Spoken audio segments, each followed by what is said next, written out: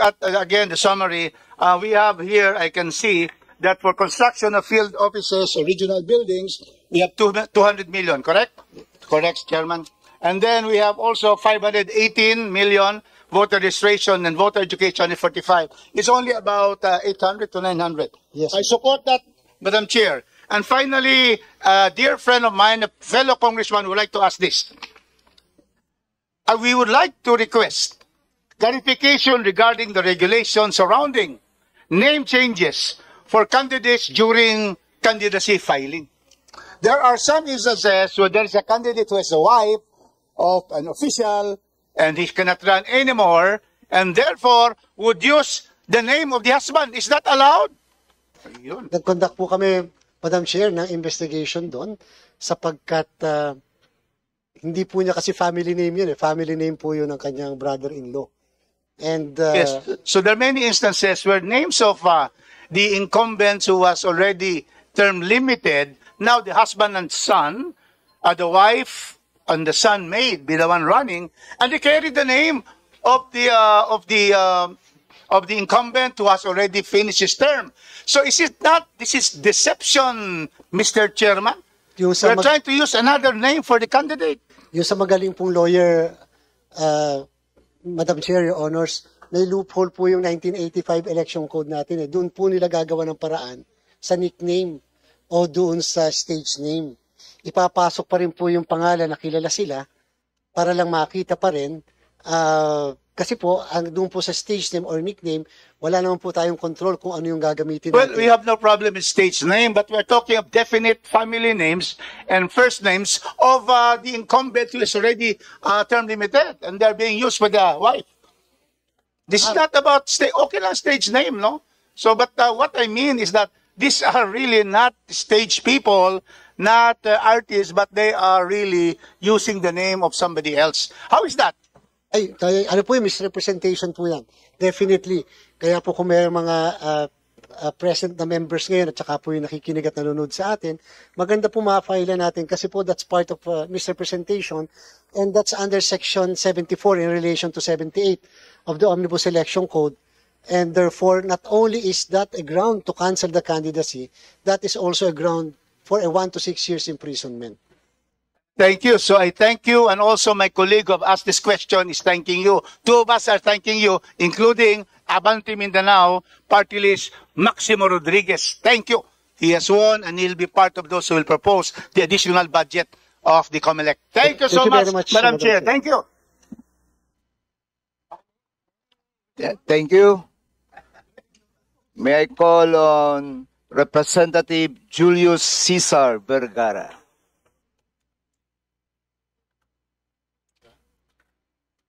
Ayan, Julius. Madam Chair, permission to speak. Magandang tanghali po. Matagal po ako nagsilbi sa local government at nakilala ko po si Attorney George. Kanina napansin ko ay yung iba hindi sila nasisihan.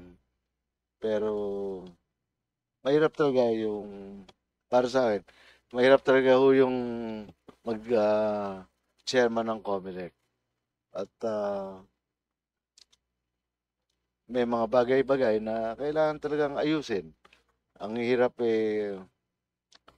kumisan, yung isang mabuting tao na namamahala, tulad ni Attorney George, ay kumisan nagiging lost in translation. Ano ba? So, para sa kaalaman po ng lahat, ako po ay nakasama ko minsan si Attorney George bilang abogado. Nag-uusap nga kami ni Edwin Ong, matagal kong kaibigan si Emil. Mahirap naman po kasi na pagka napagbigyan ho tayo ng isang tao, ang kaisa pa natin, mabuti siya. Mabuting tao na siya. kami po ang relasyon po namin ay very professional. Let me give you an example.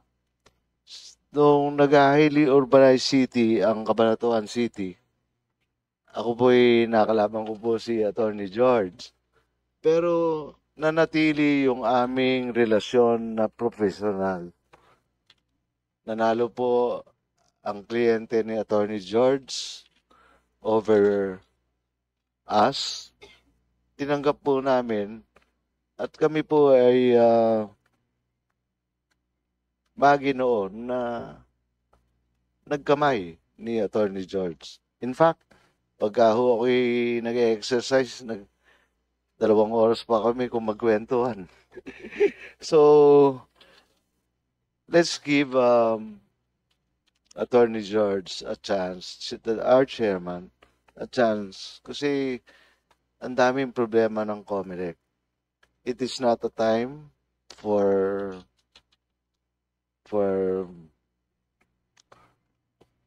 it is really not a time for disunity. Ang importante po ay magkaroon tayo ng pagpapahalaga sa ating bansa. Kumisan mo kasi tayo mga politiko, pag natalo tayo, si COMELEC kasi. Kumisan, pagka hindi nasunod yung ating gusto, malaki kasi ang inihiling. Pero sa pagkakakilala ko po kay Attorney George, may integridad siya. At sinususugan ko si Congressman Edwin Ong na naging gobernador. Siya'y palaki ko at kaibigan ko si Manong Emil at nung NFA administrator si Manong Emil, and I served as a chief of staff ni Secretary Sedfrey Ordonez from 1987 hanggang 1990. So, that was my stint in national government. So, Chairman George, para sa akin po, kailangan po namin kayong suportahan in your endeavor para iayos yung ating eleksyon na kung sabihin ng iba, kinakailangan pa natin ng mga international observer para makita kung tayo tama o tayo mga bata pang pastulin. Kumisan, nakakasakit din naman na para tayong mga batang pastulin dahil tayo nagbibintangan sa mga bagay-bagay na isa lang naman ang kahinatnan. May mananalo, may matatalo sa isang election contest. So, kumisan sasamahan loob sa mga commissioners, kumisan sasamahan loob sa mga tao sa COMELEC. Kumisan po, wala naman pong basehan. So, yung hinihingo po ni Manong Rufus, sana naman po sinaman niyo yung buong Pilipinas. Hindi. So, Manong Rufus, matagal rin po tayo magkakilala, panahon pa rin nung unang panahon. At maraming salamat po sa inyong paggabay sa aking asawa. Maraming salamat po sa inyo. So, thank you. Maraming salamat po, Madam Chair. Thank you. May I call on Representative Mero Kimbo.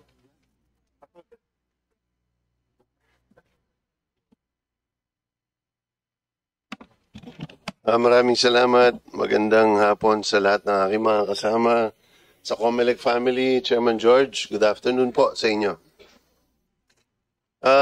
Mabilisan lang po yung tanong ko.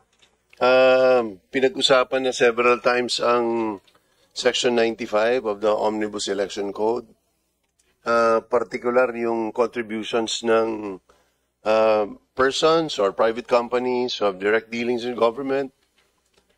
Pwede ba natin malaman, Chairman George, sino-sino itong mga ito sa based on SOSE na merong natanggap galing sa mga contractors or those involved sa DPWH? Maraming salamat po, Madam Chair. Tama po kay Section 95, letter C, nagpo-prohibit sa isang contractor ng Pamahalaan Weather Service or Public Works contractor na magbigay ng donasyon sa isang kandidato, sa isang, o kaya naman po, basta may kontrata, whether an agency, instrumentality of the government. Sa huling paragraph po ng Section 95, nakalagay naman yung liability ng tumanggap. Nung maging mainit po yung issue, Madam Chair, pinuntahan po namin, binalikan namin ng 2022. Iniwan po muna namin ng 2025 sapagkat may prescriptive period po kasi ang election offense ng 5 taon. At least po yung 2022, magpe-prescribe siya sa 2027, yung 25 sa 2030 pa po yan.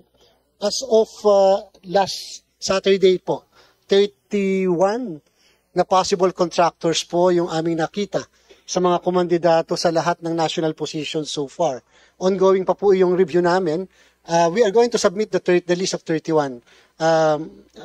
Madam Chair, kung inyo pong pagpapahintulutan, hindi ko po muna sasabihin at i-reveal on record, pero isasubmit po namin kahit by tomorrow yung listahan sapagkat po we have to verify with DPWH kung itong 31 na ito ay may existing contract at the time of the filing of the candidacy ng mga naturang kandidato. Kasi po, may posibilidad na sila ay contractors, pero hindi po naman sila, wala naman po silang kontrata sa pamahalaan. So, ligtas po sila doon. Pero titinan po natin kung sila ba ay may kontrata during the filing of the candidacy of the said candidates or after the candidacy or after the election para po makita natin, malaman natin kung nagamit yung posisyon at yung pagkapanalo para mabigyan ng kontrata yung natura. We're going to submit the list of 31 possible contractors that might have violated the provision of Section 95. Without reference po muna sa kung sino yung kandidato, kung papaumanin nyo, Madam Chair, yung po ibibigay namin yon kapag na-confirm namin na talagang contractor ng gobyerno yung mga naturang contractors. Kailan ba, what is the deadline within which to submit your SOSE? 30 days from the filing of from the conduct of the election po. Kaya June 11 po ang naging deadline para sa 2025 elections. So kung mamarapatin nyo, Chairman George, I think there's sufficient time. I don't think it's very, very complex. Sa akin, tingnan na lang natin yung 15 pinangalanan ng Pangulo. So kung sa 15 na yon, alam na natin, sigurado may kontrata sa gobyerno, makita na natin, 2022, 2025, national, congressman at saka senador. Tingin ko hindi ganun siya kakomplikado. Kaya may 30-day window tayo within which to submit that. Because may anticipation din tayo na mabilis din siya mapaproseso. Yes po, Madam Chair. Yung pong mga SOSE ng 2025, for the first time in the history of the COMELEC, pinablish po namin sa website. Yung pong 2022 dahil wala pa po, hindi pa po tayo ang pinuno ng komisyon, hindi po na-publish yun. Pero mula po ngayon, lahat ng SOSE, kahit po ninyo, ay nakapublish po sapagkat yung po yung commitment natin that we will be publishing. Kaya lamang po, Madam Chair, may problem po kasi kami doon dahil may mga nagbibigay po ng donation, presidente pala sila ng company, as a contractor, pero siyempre po hindi naman namin alam na siya pala ang may-ari dahil lalo pa po madami pa ang contractor sa Pilipinas. So we have to confirm with DPWH kung talaga bang nangongontrata sila sa pamahalaan. Hindi rin po kami nag-focus, Madam Chair, doon sa 15 lang. Kasi po, maaaring sila yung mga flood control contractors, pero syempre hindi naman po dinistinguish ng batas sa Section 95 na dapat sila ay regular contractors or yung mismong flood control contractors. Dapat basta kontratista po. So yun lang po muna ang tinignan namin. Bigyan nyo, yung pong 31, masasabit na po kaagad namin kahit na ngayong araw na to, yung listahan. And then yung pong mga kabuuan, kasi po bigla po namin pinatigil yung aming Political Finance and Affairs Department sa ginagawa nilang review ng 2025 at pinabalik muna namin sila sa 2022 sapagkat yung po yung naging mainit na issue, yung 2022 elections. Madam Chair. Madam Chair, ang request ko na lang is bago tayo magplenaryo ay mailabas yung listahan para